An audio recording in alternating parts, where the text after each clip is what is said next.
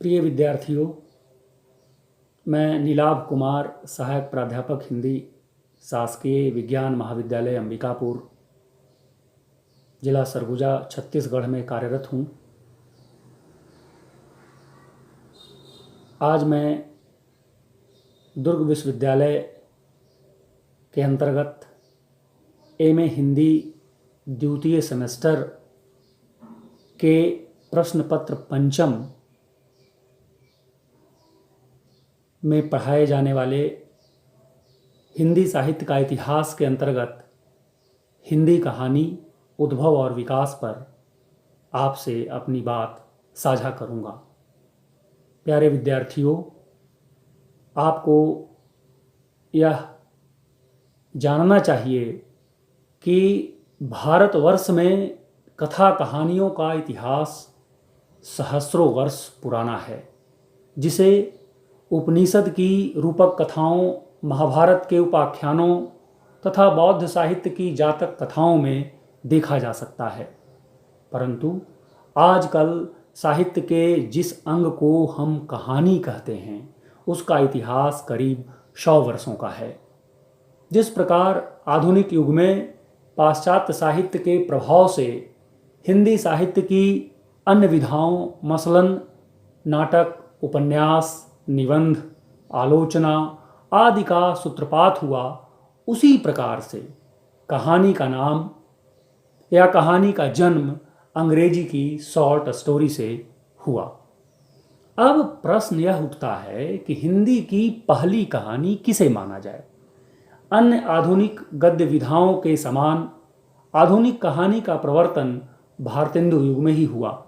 इंसा अल्लाह खां की रानी केतकी की कहानी, राजा शिव प्रसाद सितारे हिंद का राजा भोज का स्वप्न और भारतेंदु की कहानी एक अद्भुत अपूर्व स्वप्न नामक कहानियाँ सामने आईं। इन कहानियों में कहानी नाम का कोई तत्व दिखाई नहीं देता। इन्हें कथात्मक शैली का निबंध कहा जा सकता है। इसी समय पाश्चात्य साहित्य के प्रभाव से बांग्ला, मराठी और गुजराती में भी इन कहानियों के अनुवाद होने लगे। इन अनुवादों ने ही हिंदी साहित्यकारों को कहानी लेखन की प्रेरणा दी। यहीं से आधुनिक हिंदी की मौलिक कहानियों ने स्वरूप ग्रहण किया। आरंभिक दौर में लिखी गई महत्वपूर्ण हिंदी कहानियों में किशोरीलाल गोस्वामी की कहानी इंदुमती, जो 1900 ईस्वी में प्रकाशित हुई, माधवराव सप्रे की कहानी एक टोकरी भर मिट्टी, जो 1901 में प्रकाशित हुई, भगवान दास की प्लेग की चुड़ैल 1902 ईस्वी में प्रकाशित हुई, आचार्य रामचंद्र शुक्ल की कहानी 11 वर्ष का समय, जो 1903 ईस्वी में प्रकाशित हुई, और बंग महिला राजेंद्र बाला घोष की कहानी दुलाई वाली, जो 1907 ईस्वी में प्रकाशित हुई, को शुमार किया जा सकता है।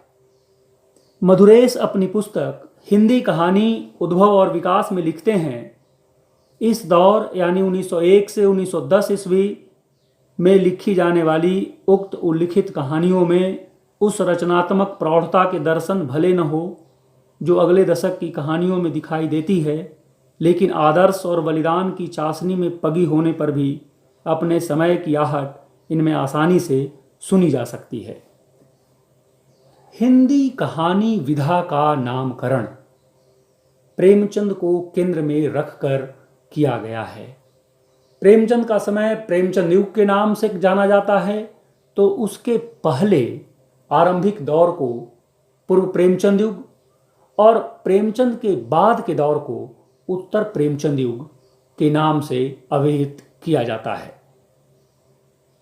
1955 ईस्वी में कहानी पत्रिका के प्रकाशन वर्ष से नई कहानी आंदोलन का जन्म हुआ। यह वह समय था जिस समय में नई कहानी आंदोलन से इतर रचनाकारों ने ग्रामीण पृष्ठभूमि को आधार बनाकर कहानियां लिखीं, जो ग्रामांचल की कहानियां से अभिहित की गईं। कुछ रचनाकार ऐसे भी थे जो नई कहानी आंदोलन में शामिल न होकर भी हिंदी जगत को कई प्रमुख कहानियां दी हैं। इनमें एक प्रमुख नाम अमरकांत का है, जिन्होंने हिंदी कहानी को दोपहर का भोजन, डिप्टी कलेक्टरी और जिंदगी और जोंक जैसी महत्वपूर्ण कहानियां दी। नई कहानी के बाद सचेतन कहानी, आ कहानी, समांतर कहानी, जनवादी कहानी तथा समकालीन परिदृश्य की कहानियों में विभक्त कर हम हिंदी कहानी विधा को देखने का आज प्रयास करेंगे। हिंदी कहानी साहित्य में प्रेमचंद का आगमन सर्वथा युगांतरकारी सिद्ध हुआ। प्रेमचंद जनता के सुख दुख में भाग लेने वाले कथाकार थे। इस वजह से उनकी कहानियों में सशक्त भारतीय समाज मुखरित हो उठा।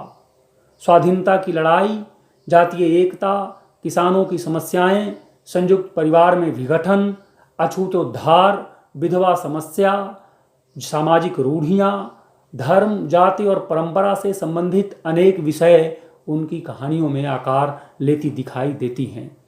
उनकी महत्वपूर्ण कहानियों में बड़े घर की बेटी, शतरंज के खिलाड़ी, ईदगाह, पूस की रात, ठाकुर का कुआं, कफन आदि का नाम लिया जा सकता है। प्रेमचंद के समय ही हिंदी कहानी विधा में जयशंकर प्रसाद का आगमन होता है। प्रसाद मूलतः कवि थे। छायावादी प्रमुख कवियों में उनका नाम शुमार है। अतः उनकी कहानियों में छायावाद की मूल प्रवृत्ति वैयक्तिकता की सूक्ष्म प्रतिछाया दिखाई देती है। उनकी अधिकांश कहानियों में वैयक्तिक सुख दुख तथा वैयक्तिक द्वंद्व का चित्रण दिखाई देता है। उनकी महत्वपूर्ण कहानियों में आकाशदीप, पुरस्कार, ममता आदि का नाम लिया जा सकता है। प्रेमचंद युगीन अन्य कहानी लेखकों में एक प्रमुख नाम चंद्रधर शर्मा गुलेरी का है। यूँ तो इन्होंने कुल 3 कहानियाँ लिखीं, पर उसने कहा था कहानी हिंदी साहित्य में करुणा, दुखांत, उदात्तता का भाव के साथ साथ लहना सिंह के आत्म त्याग के लिए हमेशा याद की जाती रहेगी। हिंदी कहानी विधा प्रेमचंद युगीन कहानीकारों को प्रेमचंद स्कूल और प्रसाद स्कूल में विभाजित कर देखता है। विश्वंभरनाथ शर्मा कौशिक और सुदर्शन प्रेमचंद स्कूल के कहानीकार माने जाते हैं। इन्होंने प्रेमचंद की ही भांति अपने आसपास से कहानियों के विषय चुने। कौशिक की ताई और सुदर्शन की हार की जीत महत्वपूर्ण कहानियां हैं। दूसरी तरफ प्रसाद स्कूल के कहानीकारों में राधा कृष्ण दास और विनोद शंकर व्यास का नाम लिया जा सकता है, जिन्होंने प्रसाद की तरह भाव प्रधान कहानियां लिखीं। इस युग के अन्य प्रमुख कहानीकारों में भगवती प्रसाद वाजपेयी, पांडे वेचन शर्मा उग्र, वृंदावनलाल वर्मा आदि का नाम लिया जा सकता है। प्रेमचंद और प्रसाद की रचना प्रक्रिया ने हिंदी कहानी में 2 निश्चित धाराओं को स्वरूप दिया, समाज और व्यक्ति। आगे चलकर प्रेमचंद की समाजवादी चिंतन धारा को यशपाल, भीष्म साहनी तथा अमरकांत ने और प्रसाद की व्यक्तिवादी चिंतन धारा को जैनेन्द्र, अज्ञेय और इलाचंद्र जोशी ने आगे बढ़ाया। प्रेमचंद के बाद हिंदी कहानी में उत्तर प्रेमचंद युग का आगमन होता है, जिसमें 2 प्रमुख प्रवृत्तियों ने संपूर्ण साहित्य को प्रभावित किया, मनोवैज्ञानिक और समाजवादी यथार्थवाद। इन दोनों प्रवृत्तियों के क्रमशः प्रेरक थे। मसलन मनोवैज्ञानिक कहानियों के प्रेरक थे फ्रायड और समाजवादी यथार्थवाद की कहानियों के प्रेरक थे कार्ल मार्क्स। हिंदी कहानी पर इन दोनों चिंतकों का विशेष प्रभाव दिखाई देता है। इस उत्तर प्रेमचंद युग के प्रमुख कहानीकारों में जैनेन्द्र का नाम शुमार है, जिन्होंने व्यक्ति मन की शंकाओं, प्रश्नों तथा आंतरिक गुत्थियों को अंकित किया है। इनकी महत्वपूर्ण कहानियों में खेल, अपना अपना भाग्य, नीलम देश की राजकन्या, पाजेब आदि का नाम लिया जा सकता है। इलाचंद्र जोशी का नाम मानव मन की गहराइयों में झांक कर व्यक्ति मन के भीतर दमित वासनाओं तथा कुंठाओं का विश्लेषण करने वाले कहानीकारों में शुमार किया जा सकता है। आहुति, डायरी के नीरस पृष्ठ, दुष्कर्मी आदि इनकी महत्वपूर्ण कहानियां हैं। अज्ञेय उत्तर प्रेमचंद युग के प्रमुख कहानीकारों में शामिल हैं। उन्होंने अपनी कहानियों में व्यक्ति चरित्र को प्रधानता दी है। वह पश्चिमी दार्शनिक ज्यापाल सार्त्र के अस्तित्ववादी चिंतन से प्रभावित दिखाई देते हैं। विपथगा, रोज, हिलीबोन की बत्तखें आदि उनकी महत्वपूर्ण कहानियां हैं।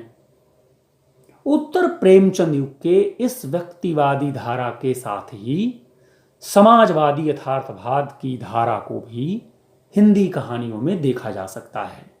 यशपाल का नाम अग्रगण्यता से लिया जाता है, जिन्होंने समाज में फैली सब प्रकार की कुरूपताओं का पर्दाफाश किया। इनकी प्रमुख कहानियों में पिंजड़े की उड़ान, तर्क का तूफान, चिंगारी, फूलों का कुर्ता, उत्तमी की माँ, तुमने क्यों कहा था मैं सुंदर हूं आदि हैं।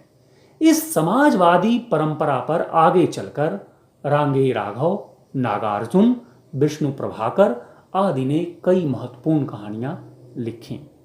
प्यारे विद्यार्थियों, अब हम इस कहानी के उद्भव और विकास को आगे बढ़ाते हुए नई कहानी पर बात करते हैं। नई कहानी में नए संदर्भों की खोज होने लगी। इसी का नतीजा था कि गांव का ठहरा हुआ जीवन हो या नगर महानगर की भागम भाग अथवा पहाड़ की निस्तब्धता, वहां रहने वाले पात्र स्थितियों के अनुरूप स्वतः रूप लेते चले जाते हैं। मोहन राकेश इस काल के महत्वपूर्ण कहानीकार हैं। मलबे का मालिक, मिसपाल, खाली, आखिरी सामान, आद्रा, एक और जिंदगी आदि इनकी महत्वपूर्ण कहानियां हैं। इन कहानियों में मूल्यों के विघटन, अकेलेपन, संत्रास और व्यक्ति की अपनी अस्मिता के प्रश्न को रेखांकित किया गया जान पड़ता है।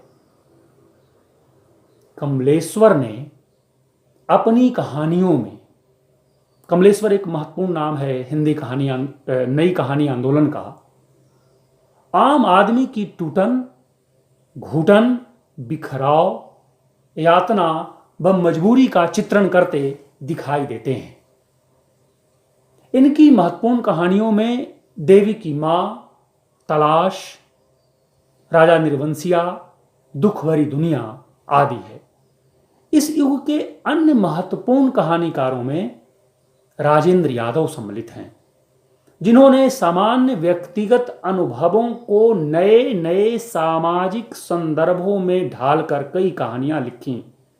इनमें महत्वपूर्ण हैं खुशबू, टूटना, भविष्य के आसपास मंडराता आदमी, अतीत जहां लक्ष्मी कैद है आदि।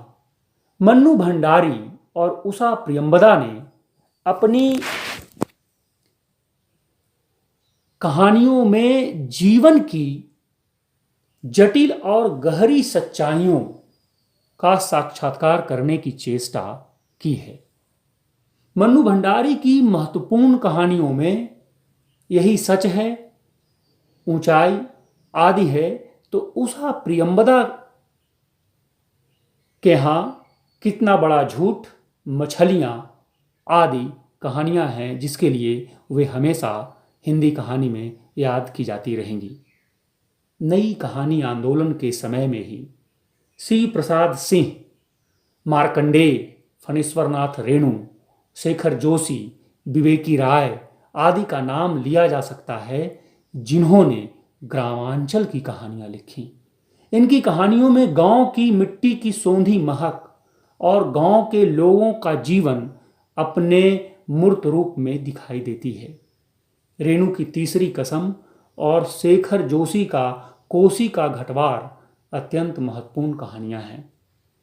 हिंदी कहानी में नई कहानी आंदोलन और ग्रामांचल की कहानियां लिखे जाने के बाद सचेतन कहानी की अवधारणा दिखाई देती है, जिसके प्रवक्ता के रूप में महीप सिंह का नाम आता है।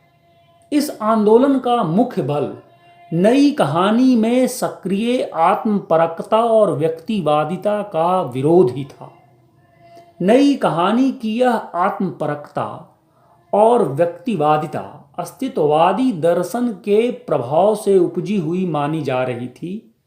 नई कहानी की अवधारणा चाहे जैसी हो, इस बात का ध्यान रखे बिना कि नई कहानी में अनेक धाराएं थीं और उन सबको सामान्य रूप से एक ही डंडे से हाँकने की यह प्रवृत्ति अत्यंत दोषपूर्ण तो है ही, उसकी सारी उपलब्धियों के प्रति एक निषेधवादी दृष्टि भी अपनाती है। और यही दृष्टि सचेतन कहानी की कमजोरी भी हमें दिखाई देती है।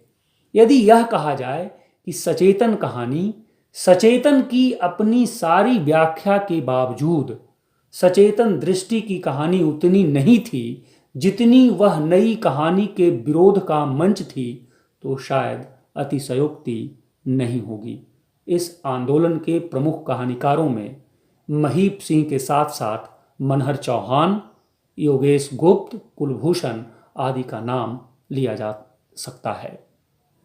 हिंदी कहानी विधा में कहानी आंदोलन पर दृष्टिपात करते हुए इंद्रनाथ मदान अपनी संपादित पुस्तक हिंदी कहानी पहचान और परख में यह लिखते हैं, वस्तुतः कहानी कथा के स्वीकृत आधारों का निषेध तथा किसी तरह के मूल्य स्थापन का अस्वीकार है। यह इंद्रनाथ मदान की बात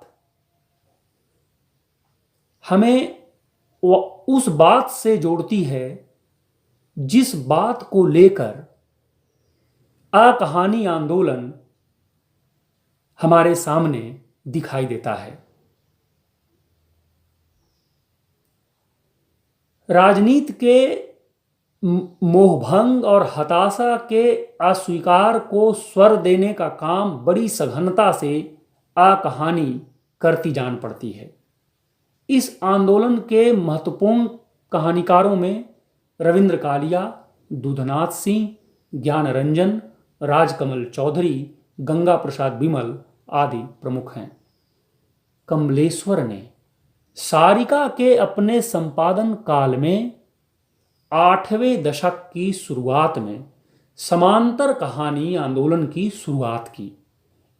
यह कहा गया कि आंदोलनों की गुटबंदी से लोग आजी जा चुके थे, इसलिए कमलेश्वर ने वाद और पीढ़ी मुक्त कहानी से ही अपनी बात की शुरुआत की। समांतर कहानी नए मनुष्य और समाजवादी समाज की स्थापना के संदर्भ में सामान्य या आम आदमी की चिंता को केंद्र में रखकर चलने का दावा प्रस्तुत करती है।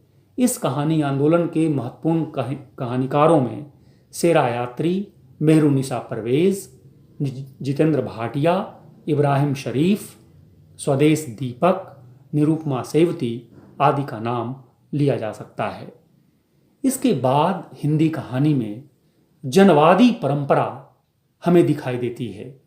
इस जनवादी परंपरा को समझने के लिए जनवाद को समझना जरूरी है। जनवाद को परिभाषित करते हुए चंद्रवली सिंह लिखते हैं, जनवाद एक व्यापक जनसमूह का स्टैंड पॉइंट है, दृष्टिकोण है, जिसमें कि राष्ट्रीय पूंजीपति वर्ग से लेकर मजदूर किसान सब आते हैं। इनके हितों से जुड़ा हुआ यह दृष्टिकोण है।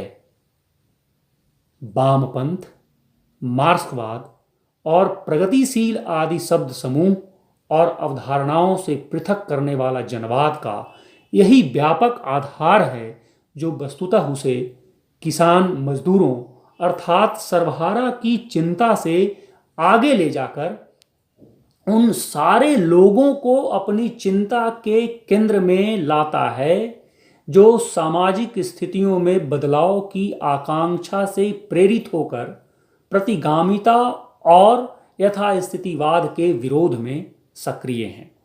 कहानी के संदर्भ में जनवादी कहानी वस्तुतः प्रगतिशील कहानी का ही विस्तार है। इसके महत्वपूर्ण लेखकों में भीष्म साहनी, अमरकांत, मार्कंडे, काशीनाथ सिंह, इसराइल, मधुकर सिंह, रमेश उपाध्याय आदि का नाम लिया जा सकता है। अब हम हिंदी कहानी में समकालीन परिदृश्य पर बात करते हैं। प्यारे विद्यार्थियों, समकालीन परिदृश्य पर बात करने से पहले समकालीनता को समझ लेना आवश्यक है।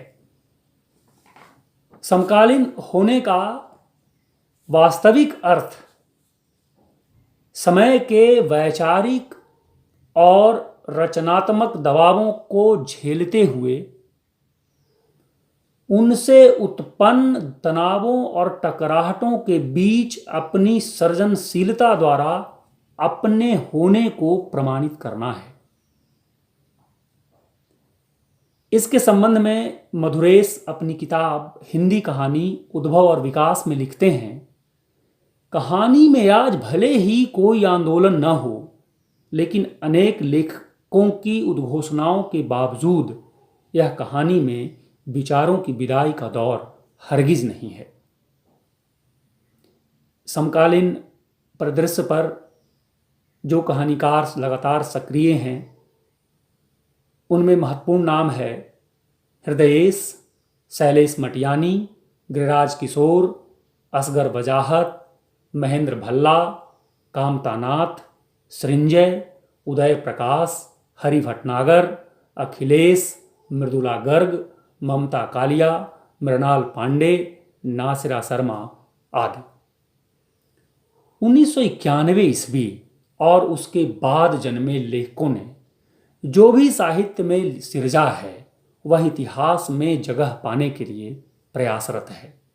इतिहास में वे सारी चीजें दर्ज नहीं हो जाती जो साहित्य के नाम पर लिखा जा रहा है, और न ही वे सारी चीजें जो वर्तमान समय में लिखी जा रही हैं। वर्तमान समय में लिखी जा रही चीजों को साहित्य का इतिहास में जगह पाने के लिए समय और गुणवत्ता दोनों का होना जरूरी है, और यह दोनों चीजें जब तक नहीं आ पाएंगी तब तक जो अभी जो कहानियां लिखी जा रही हैं वह साहित्य के इतिहास में समंजित नहीं हो पाएंगी। बहुत बहुत धन्यवाद।